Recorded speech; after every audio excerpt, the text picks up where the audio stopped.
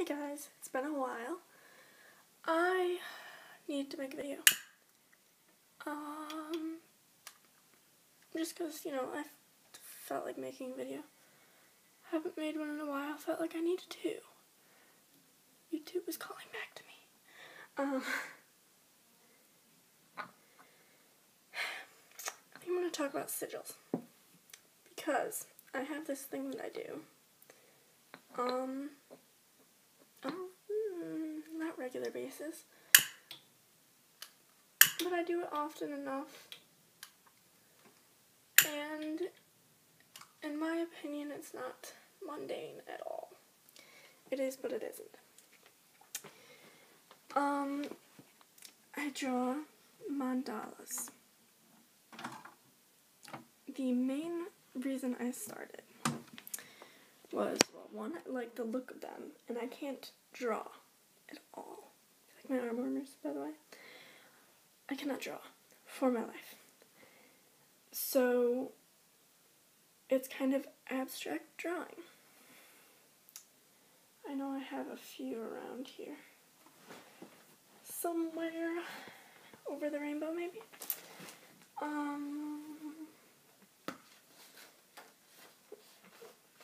Maybe I will find them and do a slideshow or something of them. But I know I have one somewhere. It's in my pant pocket. If I can remember what pair of pants they were in. Oh, found them. Okay. Prepare yourself.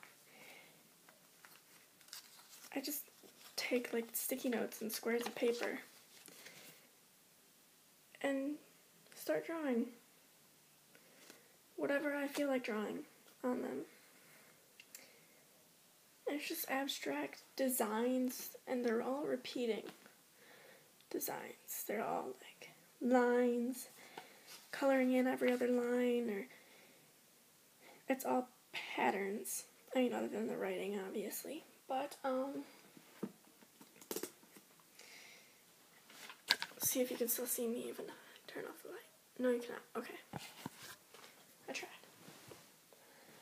So, I always kind of thought of these as mundane things when I was drawing. But I think the more that I think about it, the less I think it is mundane. Because it's almost like sigil magic. It's almost like chaos magic.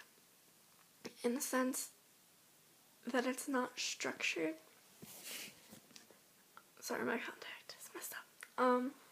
They're not really, it's not structured necessarily.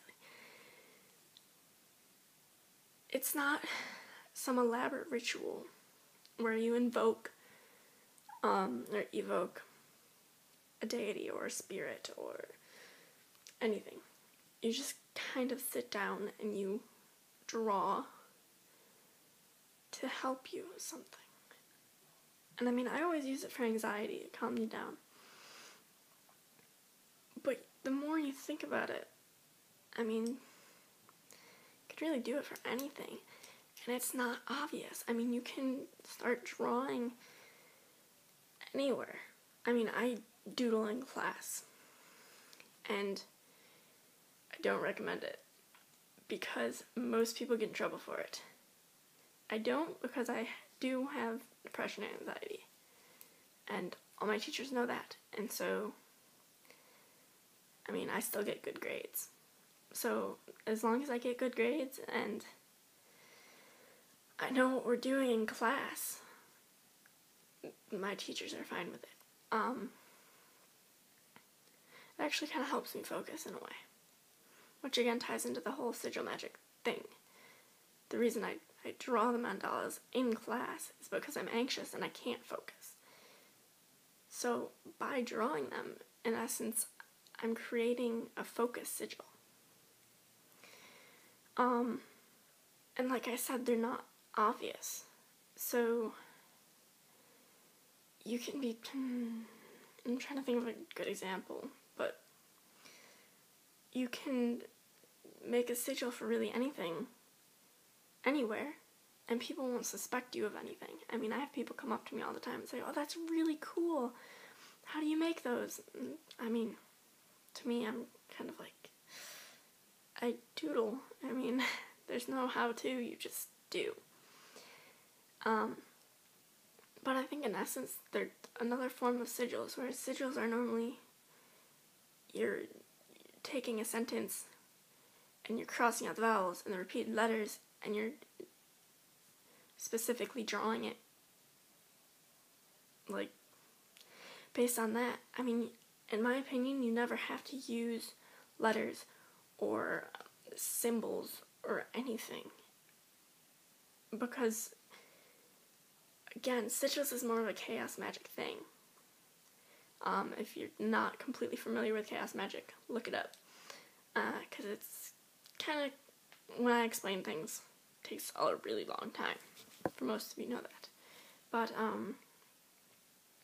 in essence, it's kind of chaos magic. And chaos magic is you do what feels right.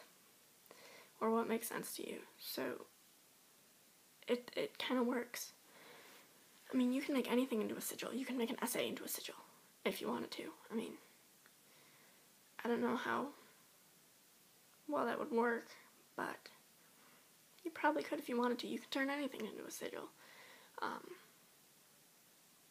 But yeah, that's my opinion on it.